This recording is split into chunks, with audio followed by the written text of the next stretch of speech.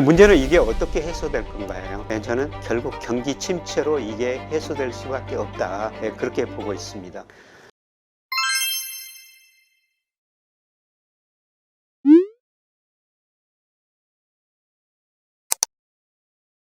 안녕하세요. 서강대 경제대학원 교수 김영희입니다.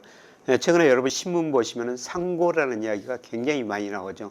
상고 때문에 우리 기업이 교통받고 있다. 가게가 어려워하고 있다. 이런 이야기가 나오는데요. 상고라는 건 뭡니까? 소위 고물가, 고금리, 고환율이에요. 세 개가 높다는 거죠. 물가가 높고 그 다음에 금리가 높고 환율이 높다는 겁니다. 이걸 상고라고 그러는데요. 근데 상고 중에서 가장 중요한 게 뭡니까? 가장 근본적인 원인이 물가죠. 지금 우리 소비자 물가가 6월에 6.0%, 외환위기 후 처음으로 6%까지 올라왔지 않습니까? 우리 물가가 이렇게 오르는 이유는 뭐 여러 가지 측면이 있죠. 그동안 우리 정부가 돈을 썼고요. 그 다음에 한국의 금리 인하하면서 수요가 늘어났거든요. 그래서 우리 경제가 뭐 상당히 회복됐죠. 수요가 늘어나니까 물가가 오를 수밖에 없고요. 그런데 공급 측면에서 사실 물가 상승 요인이 더 크죠. 글로벌 공급망에 문제가 발생했지 않습니까? 공급망이라는 건 뭡니까? 원자재, 중간재를 조달해가지고 상품을 생산하고 그거를 소비자들한테 최종 전달하는 과정이거든요. 근데 코로나 때문에 그게 문제가 발생했고요.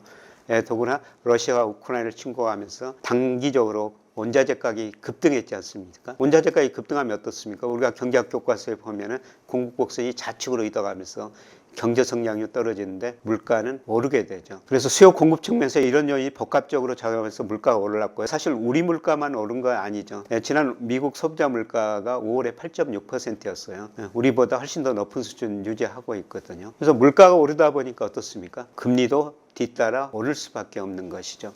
여러분, 금리라는 게 뭡니까? 제가 가끔 그 금리를 이런 식으로 비유하고 있습니다. 시간 선호를 측면에서 정의하고 있는데요. 그래서 제가 100만 원 있습니다. 이거를 이 방송 끝내고 뭐 맛있는 거 사 먹고 그 다음에 뭐 옷도 신발 하나 사면 얼마나 기분 좋습니까? 그 돈을 은행에다 맡겼다면 소비를 참는 대한 대가를 받아야 된다는 거죠. 그 대가가 금리라는 거죠. 그러면 그 소비를 참는 기간 최소한 어떻습니까? 물가보다 금리가 올라야지 우리가 저축을 하게 되는 것이죠. 그래서 일반적으로 보면은 금리가 물가보다 더 올라야 돼요. 그런데 어떻든 지금 물가가 오르니까 시장 금리가 먼저 올랐고요. 한국은행 각국의 중앙은행도 어떻습니까? 금리를 인상할 수밖에 없죠. 각국의 중앙은행 가장 중요한 목표는 물가 안정이니까요. 그래서 최근에 경기는 둔화되고 있습니다만은 각국의 중앙은행이 높은 물가 상승 때문에 기준금리, 정책금리를 계속 인상하고 있는 것이죠.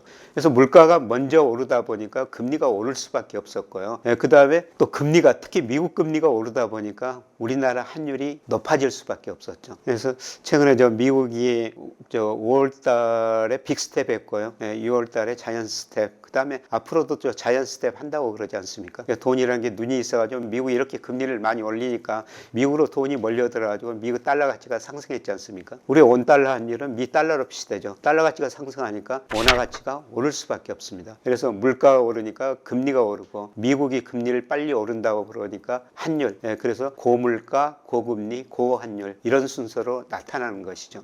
문제는 이게 어떻게 해소될 건가요? 저는 결국 경기 침체로 이게 해소될 수밖에 없다. 그렇게 보고 있습니다.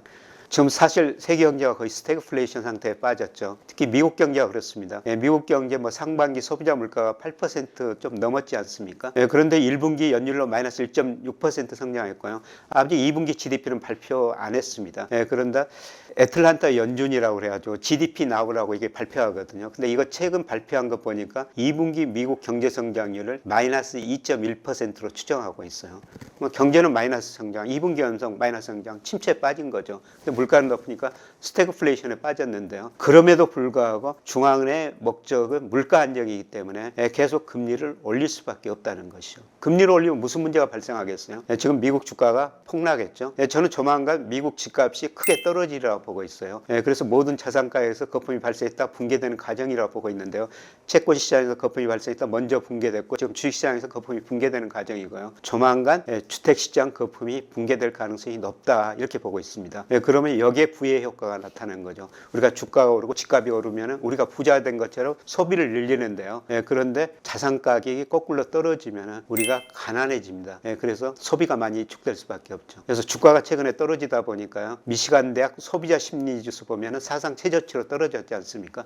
여기서 집값마저 떨어진다면 미국 소비 심리 더 위축되고 미국 GDP의 70%를 차지하고 있는 소비가 줄어들 수밖에 없습니다. 우리나라도 마찬가지죠. 우리나라 지금 가계부채 GDP 대비 107%로 급속하게 증가했거든요. 그리고 우리나라 가계 원리금 상환 부담비율이 거의 40%에 근접하고 있어요. 이 의미가 뭐냐면 우리가 한 달에 100만 원 벌면 40만 원 정도를 원리금 상환에 써야 된다는 거죠. 소비할 여력이 그만큼 줄어들었는데 여기서 주가 떨어지고 집값 떨어지면 우리 소비도 더 줄어들 수밖에 없다는 겁니다. 그리고 금리를 올리면요. 실제적으로 시차를 두고 소비 투자가 줄어들어요. 이게 제가 분석해 보니까 한국의 기준금리를 올렸을 때 그 효과가 6개월 후에 가장 크게 나타납니다.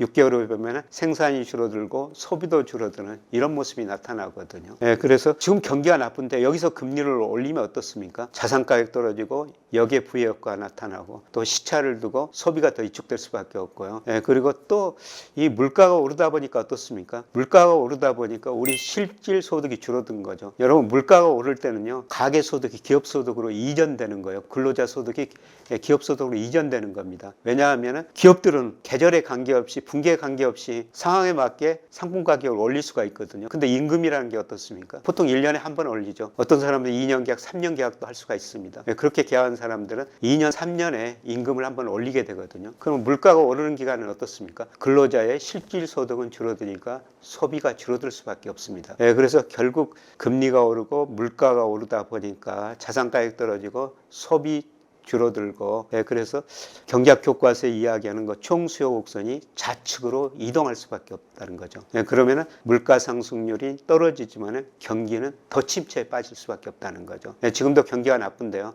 이런 금리 인상이 결국 시차를 두고 경기 침체를 초래할 수밖에 없을 것이다. 그래서 경기가 침체에 빠지면 어떻습니까? 우리가 소비 안 하니까 상품 수요가 줄어들고 물가가 떨어지고 상품 수요가 줄어드니까 어떻습니까? 기업들이 생산을 줄일 수밖에 없죠. 그래서 각종 원자재 수요도 줄어들 수밖에 없습니다. 그래서 최근에 보면은 각종 원자재 가격이 우크라이나 전쟁 때문에 급등했다가 최근에 구리 가격 중심으로 급락하고 있지 않습니까? 최근에 유가도 하루에 8% 하락하는 등 유가도 떨어질 조짐을 보이고 있어요. 결국 상고는 어떻게 끝난다는 겁니까? 경기 침체로 물가 상승률이 낮아지고 그리고 금리가 낮아지고 특히 미국 금리가 낮아지면 달러 가치 하락하고 원화 가치 상승, 원달러 환율이 하락할 수밖에 없다는 겁니다. 제가 참고로 그림 하나 그려놨는데요. 이 그림에는 우리나라 소비자 물가 상승률하고요. 그 다음에 국채 3년 수익률 대표적인 지금 시장금리죠. 원래 정상적인 경우라면 금리가 물가보다 실질금리가 더 높아야 되죠. 그런데 지금 우리 실질금리가 마이너스거든요. 이게 비정상적인 상황이라는 겁니다. 이게 실질금리가 플러스 정상적으로 상황으로 가기 위해서는 어때야 된다는 겁니까? 앞으로 물가 상승률이 많이 낮아질 수밖에 없다. 그런데 물가 상승률이 떨어진다는 것은 꼭 경기 침체다. 작년부터 제가 이런 논리를 계속 펼치고 있습니다만 이제서야 여러 전문가들 여러 단체들이 내년 경기 침체를 이야기하고 있는데 고물가, 고금리, 고환율은 결국 경기 침체를 희생해서 다시 저물가, 저금리, 저환율 이렇게 떨어질 수밖에 없는 상황이라는 겁니다. 고맙습니다. 얼마 전에 제 이름으로 경제스쿨 개강을 해가지고요. 예비 수업도 한번 했고 그 다음에 기본 강의 자료를 여러분한테 몇 차례 드렸었거든요. 그걸 보면서 제가 좀 흐뭇한 것은 여러분들이 정말 공부를 많이 하고 계시더라. 그래서 선행주 순환변동치 발표된 보고요. 일평균 수출 금액도 발표 즉시 보시는 분이 있고 거기다 올려주시더라고요. 그리고 최근에 제가 일평균 수출 금액뿐만 아니라 선행지수하고 물가상승률 빼가지고 앞으로 주가 방향을 예측하는데요. 그런 것도 시도하시는 분이 있어가지고 상당히 저는 기분이 좋았었습니다.